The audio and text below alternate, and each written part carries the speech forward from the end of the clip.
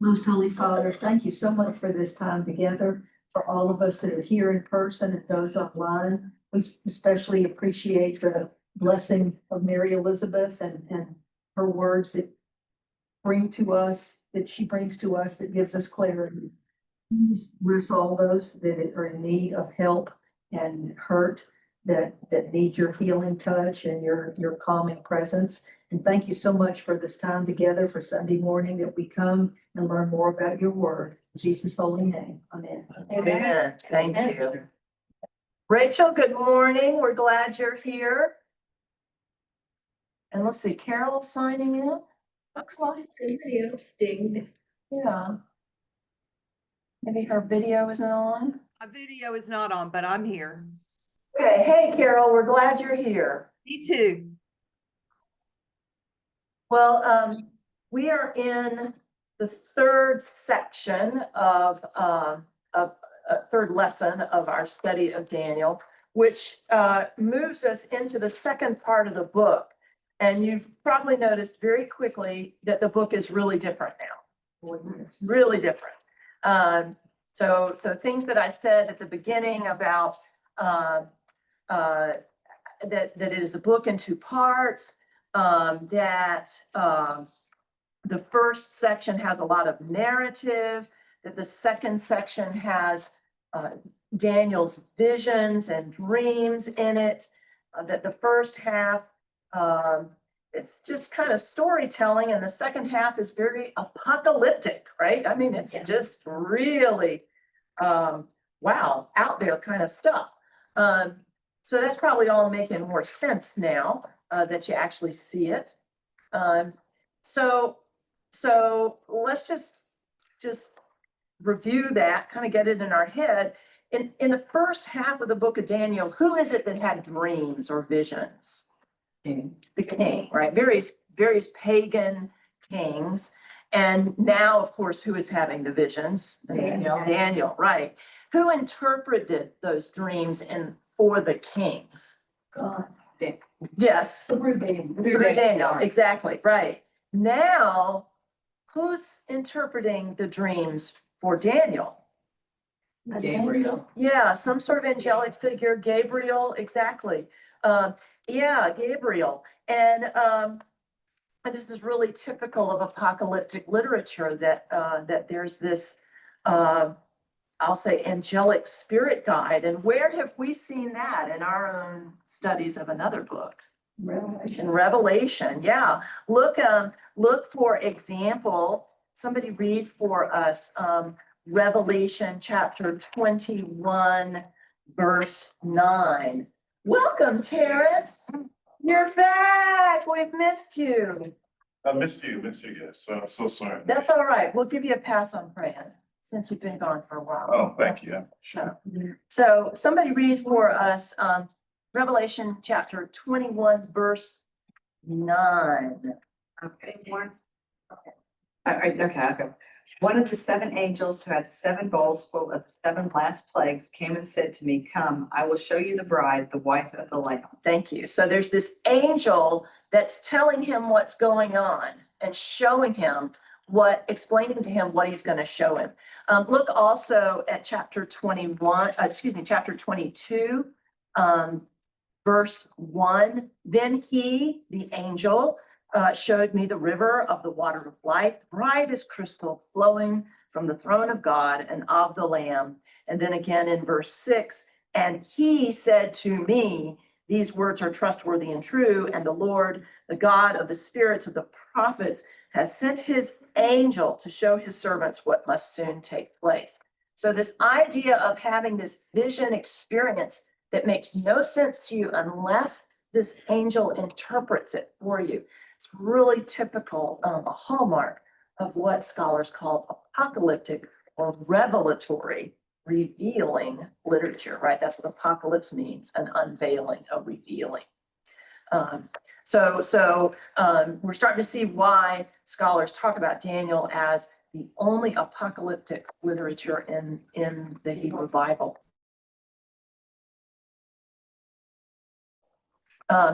Additionally, something about this section that's important. I mentioned to you, I think, that The ancient rabbis did not consider Daniel a prophet. They considered him a seer, S-E-E-R, a seer.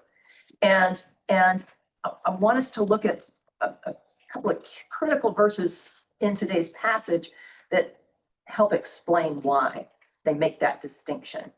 Look at chapter 8, verses 26 and 27. Somebody read those for us, last two verses of chapter 8. The vision of the evenings and the mornings that has been told is true. For you, seal up the vision, for it refers to many days from now. So I, Daniel, was overcome and lay sick for some days. Then I arose and went about the king's business, but I was dismayed by the vision and did not understand. Thank you. Does that sound like a prophet? No. No, it doesn't. First of all, what does he not do that prophets always do? Speak, right. They proclaim. They say, this is what God said to me. This is what God showed me. And instead here, it's like, okay, don't tell anybody. Don't tell anybody. And then, bless his heart, if Clarence Jordan were doing a cotton patch translation, he would have said, I, Daniel, took to my bed. Right? Very Southern. He takes to his bed. He's so upset by what he sees. And he's appalled and he doesn't understand it. Again, this is not how we see the prophets thinking and acting. Also, he didn't actually talk to Jesus, he talked to an angel. Maybe didn't see Jesus. Well, he wouldn't have known seeing Jesus, right? This is right. Jesus has not come. He wouldn't have, right? And Jeremiah doesn't see Jesus. Isaiah doesn't see Jesus. Ezekiel doesn't see Jesus, I right? guess that's true. It's about, here is the word of the Lord. Thus saith the Lord. That's the hallmark of the prophet.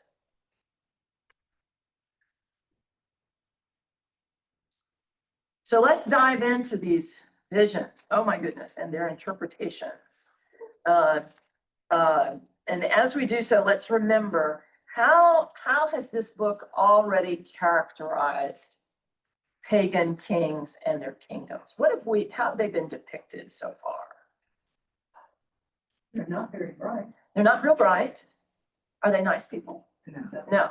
No. They're violent, they're vicious, they're capricious. Yeah, they make plans and then they don't follow through with them. Right. That we're gonna do this day, and now all of a sudden this, I praise God, but now I'm gonna tear everybody else apart. They're arrogant. They are, heart and soul, arrogant.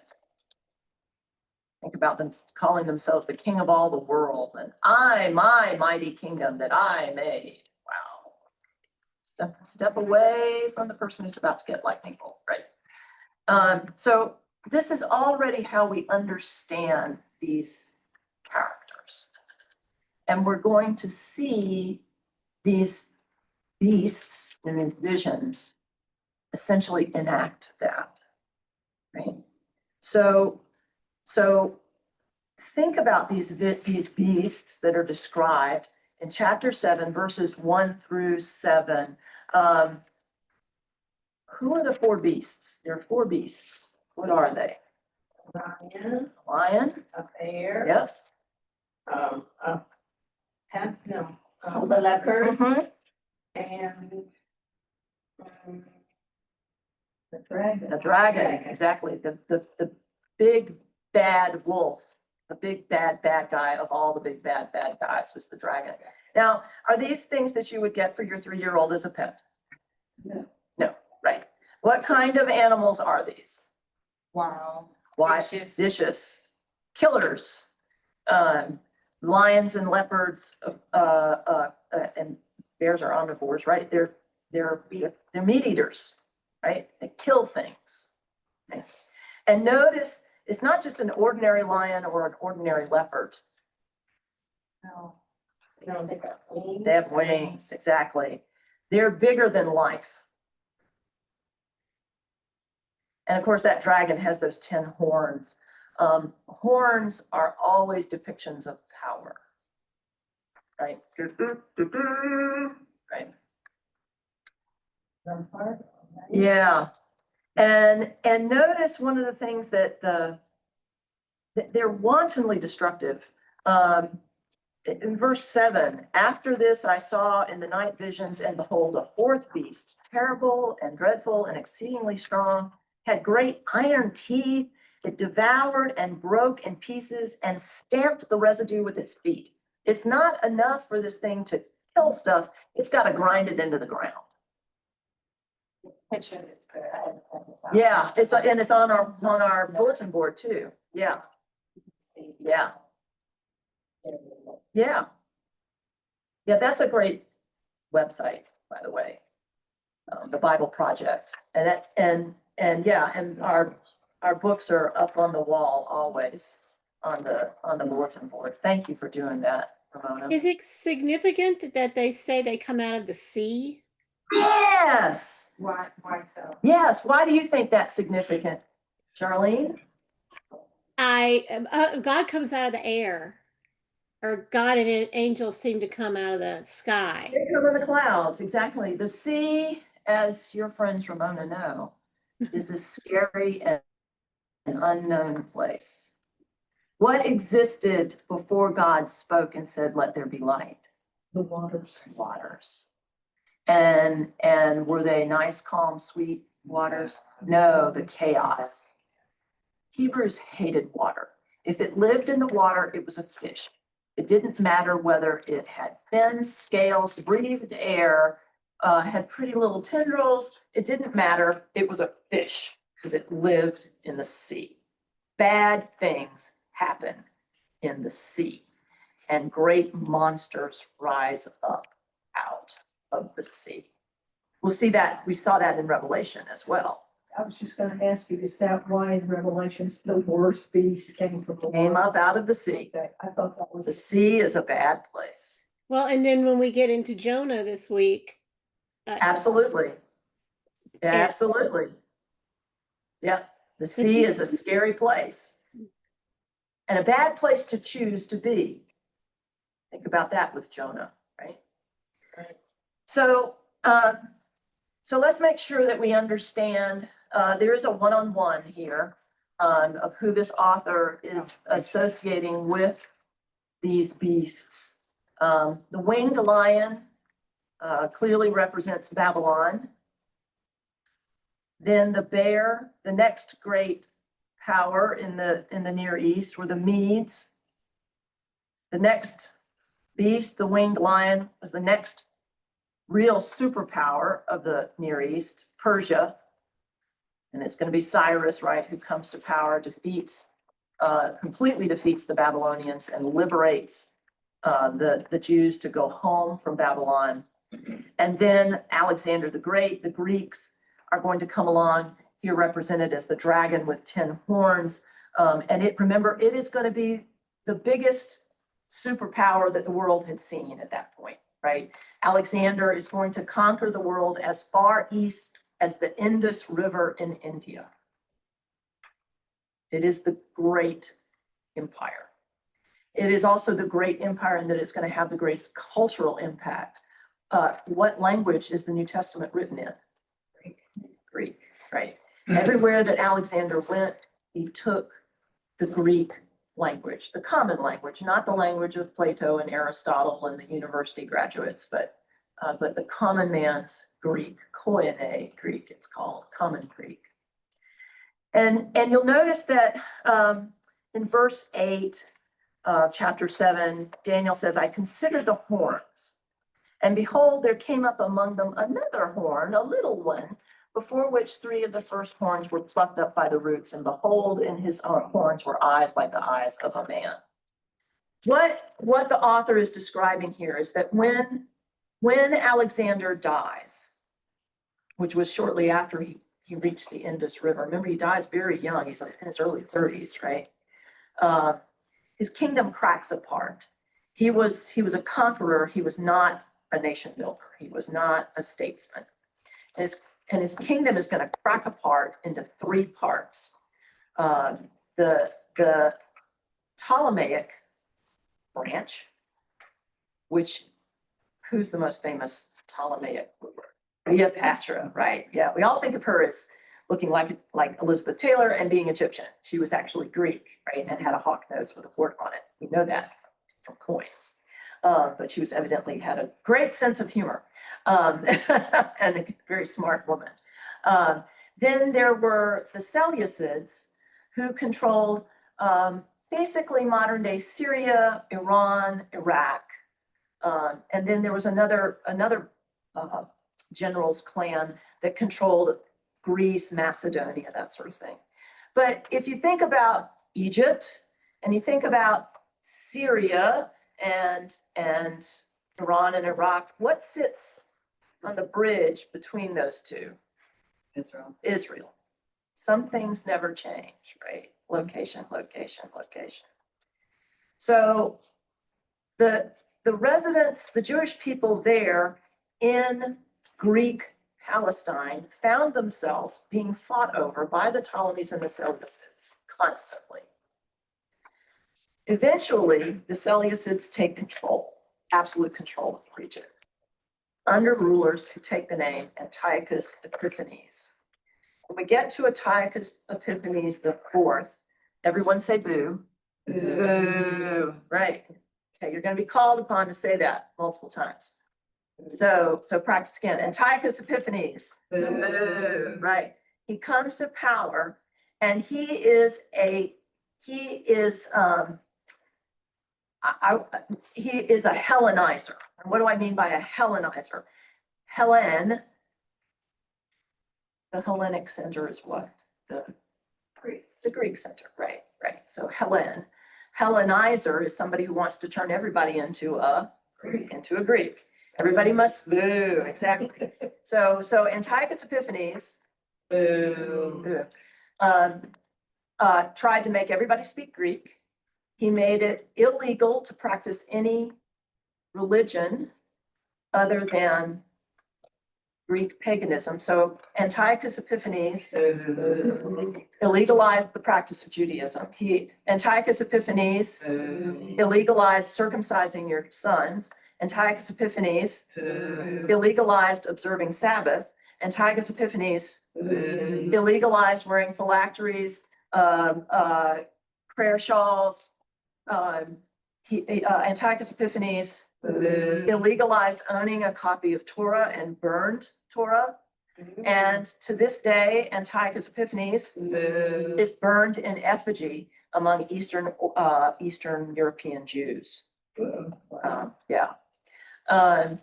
And it was against Antiochus Epiphanes that the Maccabees revolted and successfully seized the temple back, and they had to purify the temple, and they ran out of oil. They didn't have enough oil.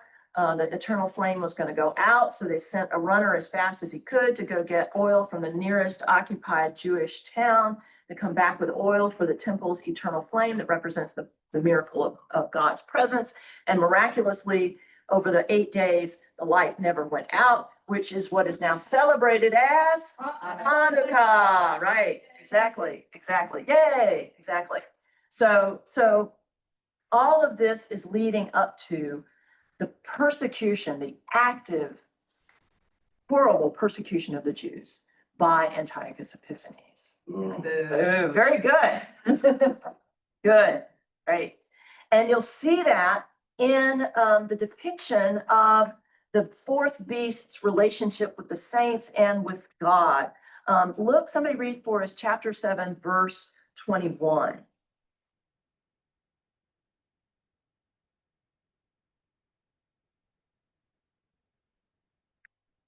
I was watching, and the same horn was making war against the saints and prevailing against them. Thank you. Yeah. And then also let's look at 26 and 27.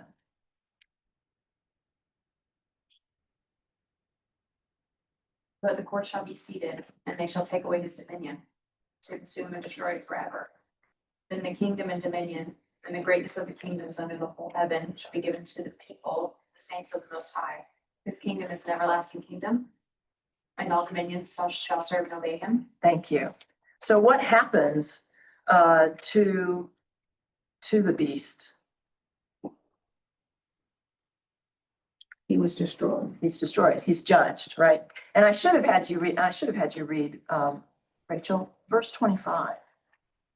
He shall speak pompous words against the Most High, shall persecute the saints of the Most High, and shall intend to change times and law. Then the saints shall be given into his hand for a time and times and half a time. Thank you. So things are going to be bad for the saints. Notice that the children of Israel are called the saints, those who are set apart for God. And he's going to wear them out. But then judgment is going to come. And this is part of the interpretation that we read. We actually see it in the vision. Somebody read for us chapter 7, verses 9 and 10.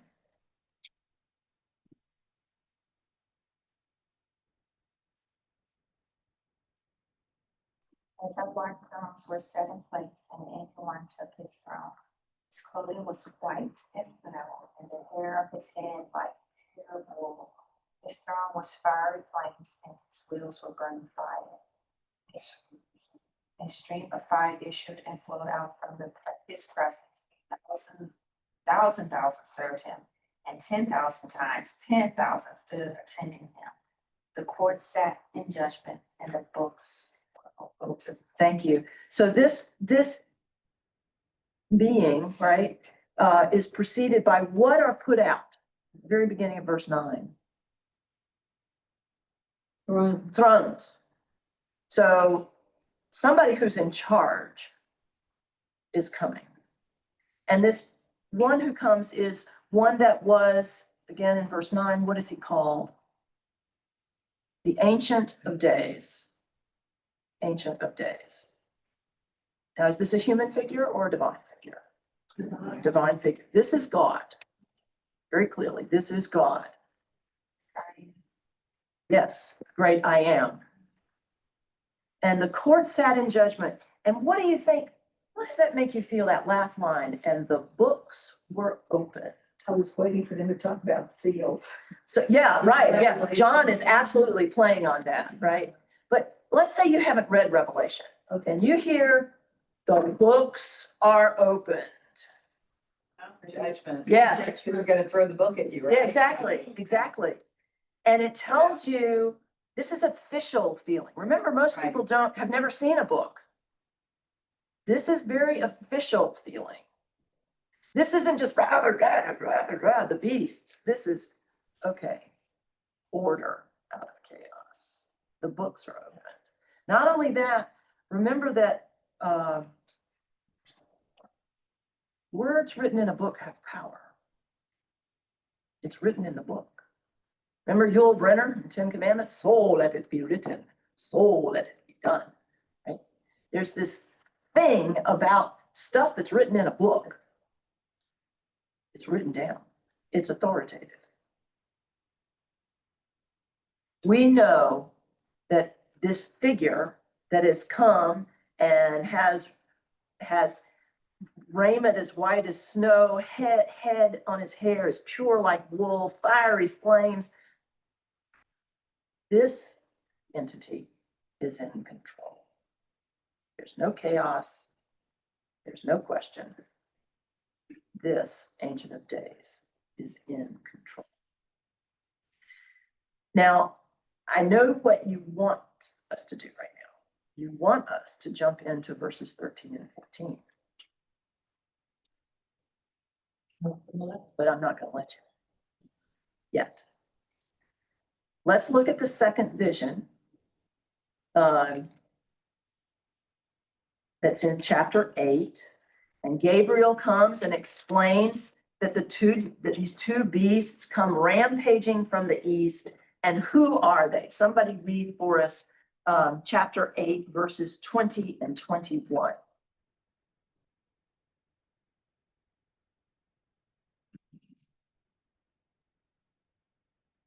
As for the ram that you saw with the two horns, these are the kings of Media and Persia. The male goat is the king of Greece, and the great horn between its eyes is the first king. As for the horn that was broken, in place of which 4 others arose, 4 kingdoms shall arise from his nation, but not with his power. Thank you. So the sheep, the ram, is the what scholars now call the Archimedean Empire. That was a Mede-Persian joint empire. It's defeated by the he-goat, that is Greece. Greece then cracks into, they say 4 parts here. Historically, it was actually 3 parts. And they're all powerful, but they're not as powerful as Alexander was. A note about something that the original readers would have, that any urban reader today is not going to get. There's something very strange about this. Who wins this fight, the sheep or the goat? The goat. When sheep fight, what posture does sheep take? We've talked about this before. Yeah. Tell 'em. I can't remember. Okay, that's okay. So sheep, when they fight, they put their head down and they ram each other. Hence, the males are called rams. They ram each other. And goat stands up on his hind legs. Right, he stands up on his hind legs and then he goes at you. So who's gonna win any fight between a sheep and a goat? No, the sheep, because he's gonna get you in the belly while the goat's still standing up, waiting to fight. Okay. So is this interaction a normal, natural interaction between a goat and a sheep? No. Because the goat wins. Goats never win a fight with a sheep. Yes, but then you said the goat wins. Exactly, the goat wins here This vision. in this vision. Oh. So who made that Abnormal. happen? Abnormal. It's abnormal, exactly. So who made that happen? God. Exactly. Exactly. There's some things in that book, right, about how this is all supposed to play out. The breaking of the horns, we said, represents the breaking up of Alexander's kingdom upon his death. And then who appears again in chapter 8, verse, I said verse 9, that we already did that. Well, let's look at that. Yeah, 8, 9. Who appears again? Somebody read for us. Chapter 8, verse 9.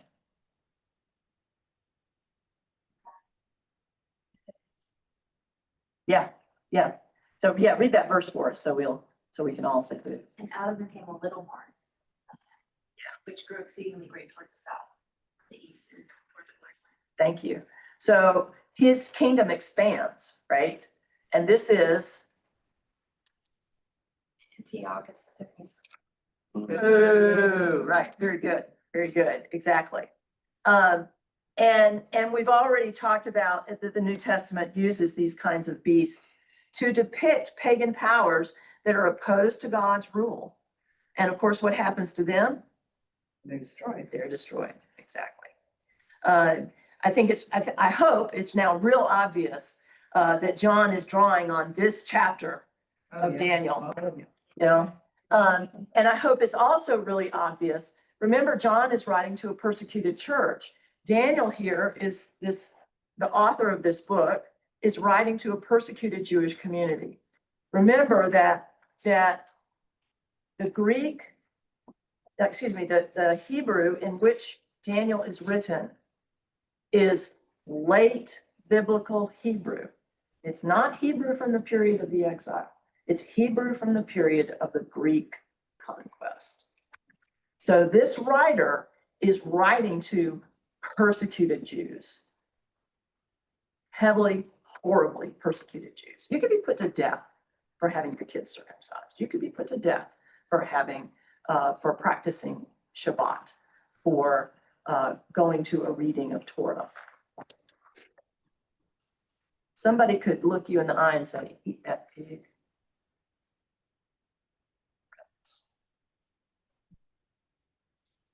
So this is something that speaks in the face of persecution, that despite the rampaging that's going on, these beasts ravaging your community, there is one who is sovereign, absolutely above it. Now let's look at a mysterious figure that enters. And somebody read for us chapter 7, verses 13 and 14.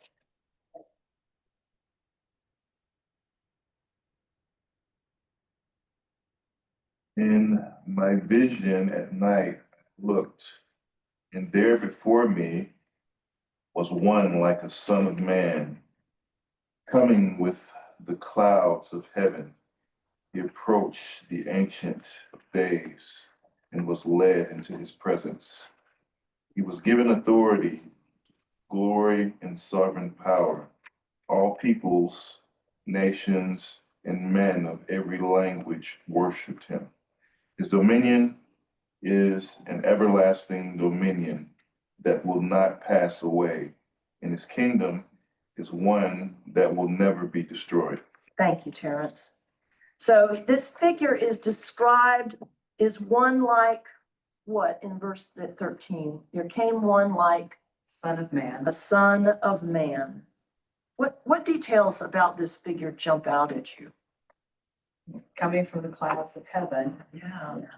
Yeah. That's how he went up. Jesus goes up. Yes. He's coming back the same way. So who usually rides on the clouds in God. the Hebrew Bible? Yeah, I've given you a few references there that God rides on the clouds. But is this figure God? Is this the Ancient of Days? No, this is some other divine, it seems. Maybe angelic, maybe, but who is then given dominion and glory, all of this, right? And here we have this term we need to deal with, this one like a son of man. What is Ezekiel called by God repeatedly? Son of man. Son of man, 93 times, in fact. There, it's clearly a reference to his mortality. You mortal, as compared to me, divine, son of man. But here, the term is clearly associated with somebody who's not mortal, not dust thou art, to dust returneth. If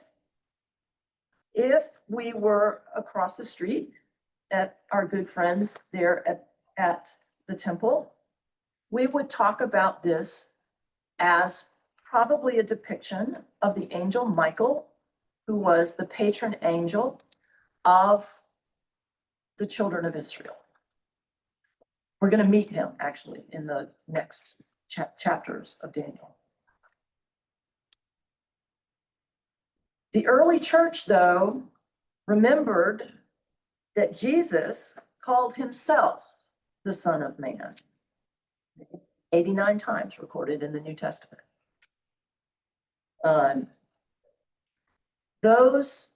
His use of the term is obscure.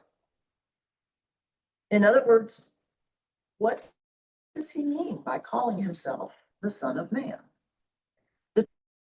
At the time it could be a reference to this divine figure. It could also be a sort of left-handed way of saying I.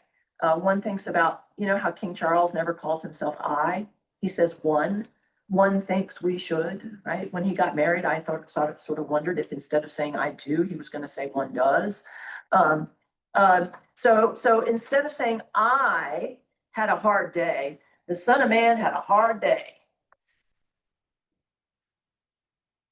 It can also refer to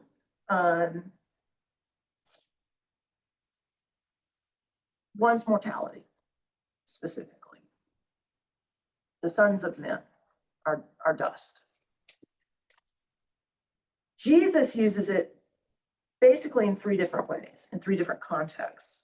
One, his earthly work and frequently humble condition. The Son of Man has nowhere to lay his head. Now, that's a really good example. His coming suffering, death, and resurrection. The Son of Man must suffer many things, right? And then also his future coming in glory and power at the final judgment. You will see the Son of Man coming on the clouds, which clearly is an allusion to Daniel. What claim does that suggest by Jesus? That he used that term himself repeatedly, deliberately, frequently. That he identifies with us, that we should feel an association with him, not like God who's out here, but he's one of us. He came Yes. from one of us. So he is a Son of Man in that he took on mortality. Yeah. Yeah. What else?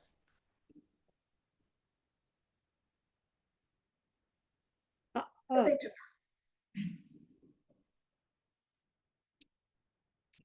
Fine. yes. Yes. Oh. He's holding together with this phrase, these two opposites. I'm like you. I am dust of dust, and I am God.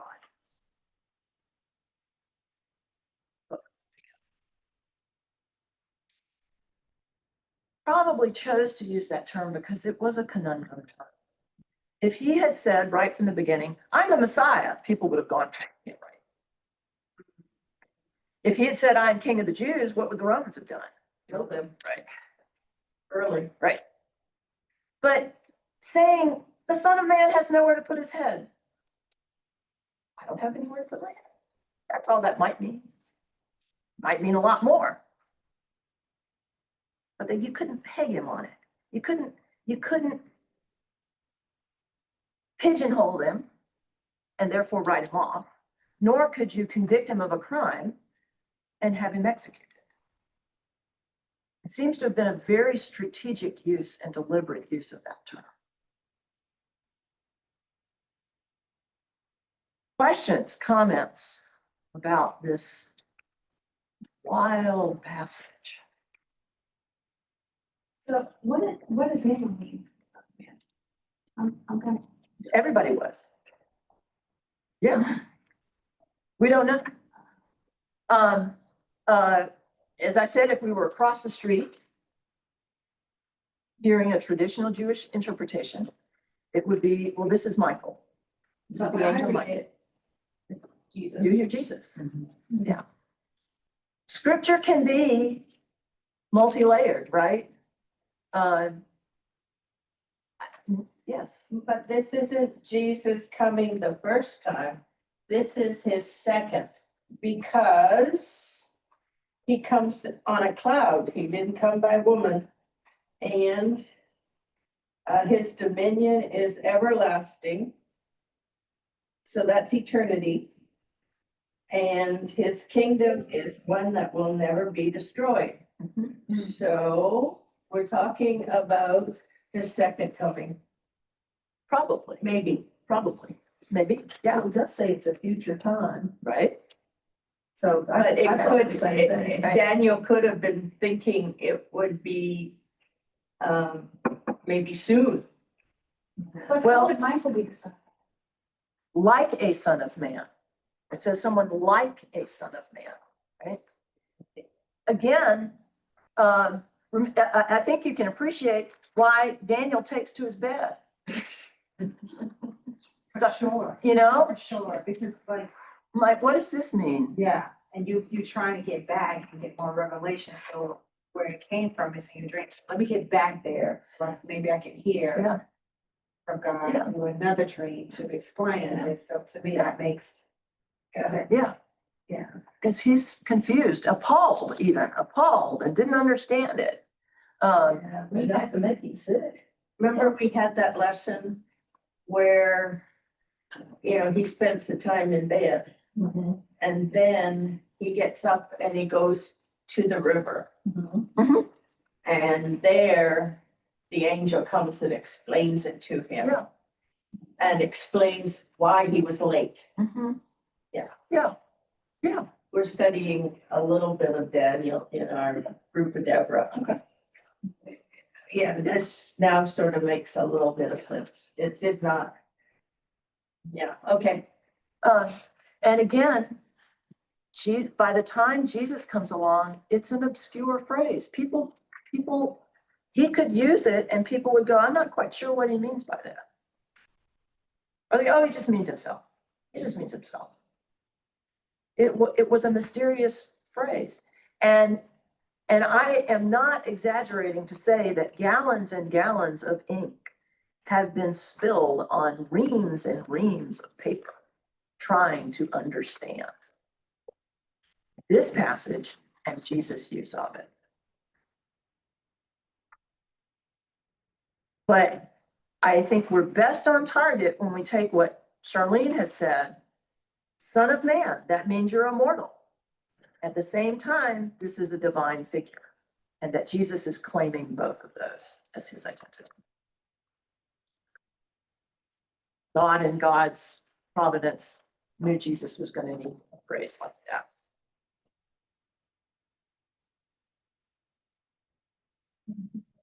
Go in peace to serve the Lord, to know that God is sovereign over all the